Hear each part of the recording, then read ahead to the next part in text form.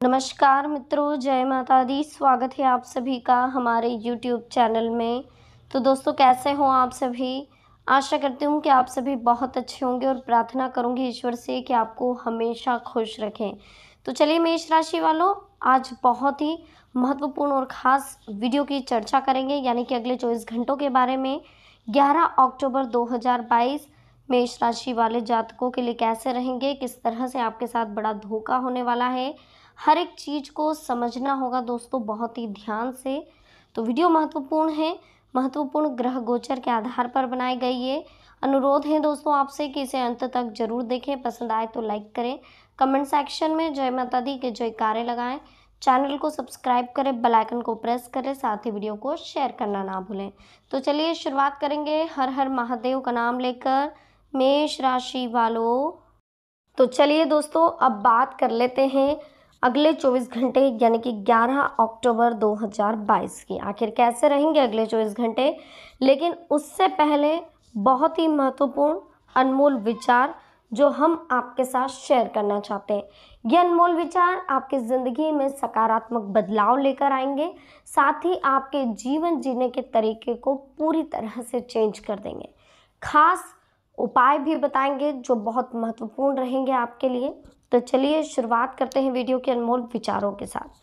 किसी भी काम का ज्ञान होना पर्याप्त नहीं है। जब तक हम ज्ञान का सही इस्तेमाल नहीं करते, तब तक उस ज्ञान का कोई मूल्य नहीं होता। हमारा लक्ष्य बड़ा है तो हमें हर रोज़ पिछले दिन के मुकाबले ज़्यादा बेहतर काम करने की आदत डाल लेनी चाहिए।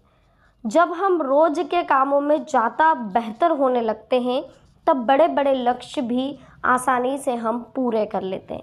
अगर शुरुआत में असफलता मिल रही है तो हमें निराश नहीं होना चाहिए, बल्कि सकारात्मक सोच के साथ फिर से कोशिश करना चाहिए। पैसों की तुलना में समय बहुत महत्वपूर्ण है। हम अधिक पैसा तो कमा लेंगे, लेकिन अधिक समय नहीं ला पाएंगे।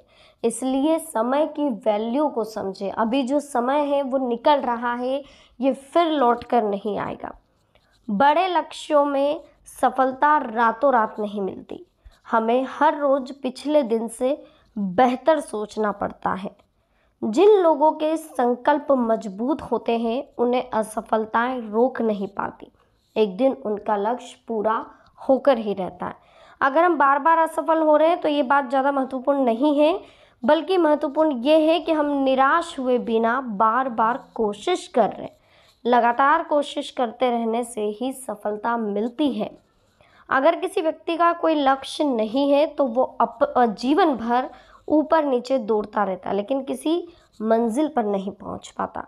जिन लोगों के लक्ष्य स्पष्ट और संकल्प मजबूत होते हैं, वे कम समय में ही बड़ी सफलता प्राप्त कर लेते हैं। हम कभी भी लक्ष्य तय करने के लिए और सपने देखने के लिए बूढ़े नहीं होते। किसी भी उम्र में लक्ष्य तय किए जा सकते हैं और उन्हें हासिल भी किया जा सकता है। कोई लक्ष्य असंभव नहीं है। हारता वही है जो मुश्किलों से लड़ता नहीं है।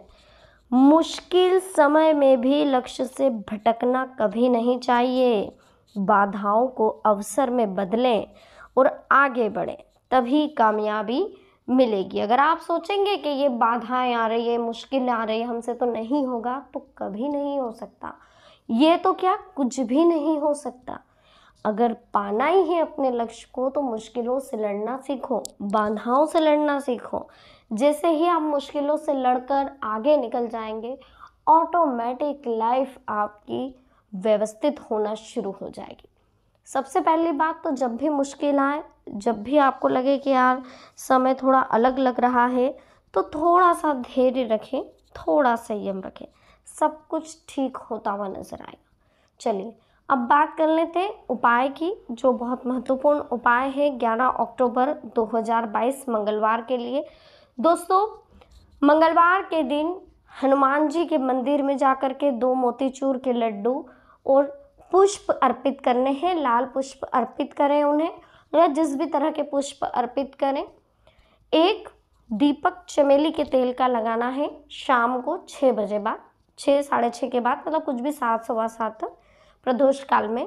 और ऐसा आपको 11 मंगलवार तक करना है। जो भी मनोकामना है वो मांगनी है।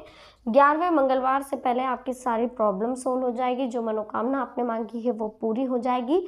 तो कल वाले मंगलवार से ये उपाय आप शुरू करके देख सकते हैं।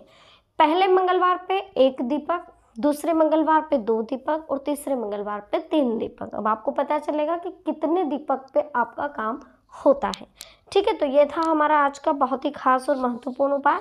अब जान लेते हैं अगले 24 घंटे आपके लिए कैसे रहेंगे, किस तरह से आपको धोखा मिलने वाला है। तो कोई करीबी ही आपके साथ धोखा करने वाला है, कोई आपका क्लोज ही आपके साथ धोखा करने वाला है, या तो ये हो सकता है कि पैसों को लेकर आपके साथ धोखा हो सकता है, या फिर रिलेशनशिप को लेकर आपके साथ धोखा हो सकता है, या फिर पार्टनरशिप में आपको धोखा मिल सकता है, या करियर में कोई आपको बताए कुछ और निकले कुछ और, होता कुछ और है और असल में हम समझते कुछ और है। ये चीज़ भी हो सकती है। तो कहीं ना कहीं थोड़ा सा अगर होता भी है धोखा या कुछ चेंज आता भी है जीवन में, तो उसे स्वीकार करने की कोशिश करें। घबराए नहीं, बेचैन नहीं होना है, डरना नहीं है। हर मुसीबत का हल होता है, हर समस्या का हल होता है, लेकिन समझने की ज़रूरत है। जब तक आप समझेंगे नहीं तब तक आप उलझते ही रहेंगे। इसलिए अगर कुछ लाइफ में बुरा हो भी रहा है तो उससे अनुभव लें। क्या इस व्यक्ति से मुझे ये सीख मिली है, मैंने इस पर इतना भरोसा करा था, या मैंने आंख बंद करके अजनबी पर भरोसा कर लिया था, मैंने इसके अच्छे बुरे पहलुओं को नहीं समझा था। तो कुछ सीख भी आपको लेनी चाहिए।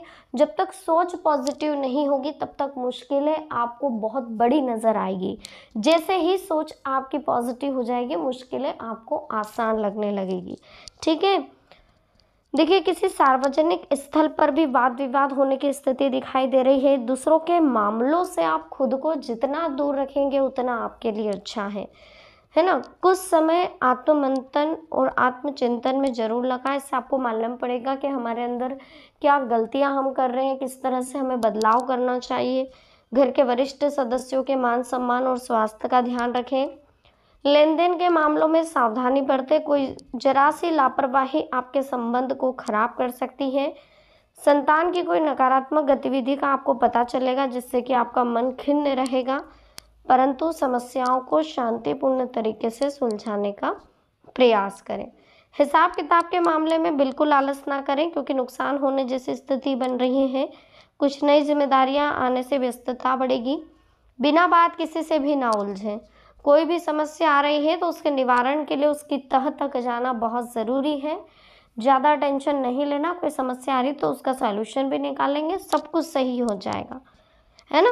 किसी भी विपरीत परिस्थिति में बिल्कुल घबराए नहीं, उसका सामना करें और शांतिपूर्ण तरीके से धैर्य के साथ सामना करोगे तो बहुत जल्दी उसके तह तक चले जाओगे, उसकी उलझनों को सुलझा पाओगे। गुस्से और आक्रोश में परिस्थितियों को बिगाड़ लोगे, इसलिए गुस्सा और आक्रोश बिल्कुल आपके आसपास भी ना भटके, इस बात का ध्यान रखें। साथ ही बिजनेस में अपनी योग्यता और प्रतिभा में कई फैसले लेने में आप सक्षम रहेंगे। ओवर कॉन्फिडेंस की स्थिति अगर हुई तो वो आपको मुसीबत में डालेगी। पैसा आने के साथ साथ खर्चे भी बढ़ रहे हैं।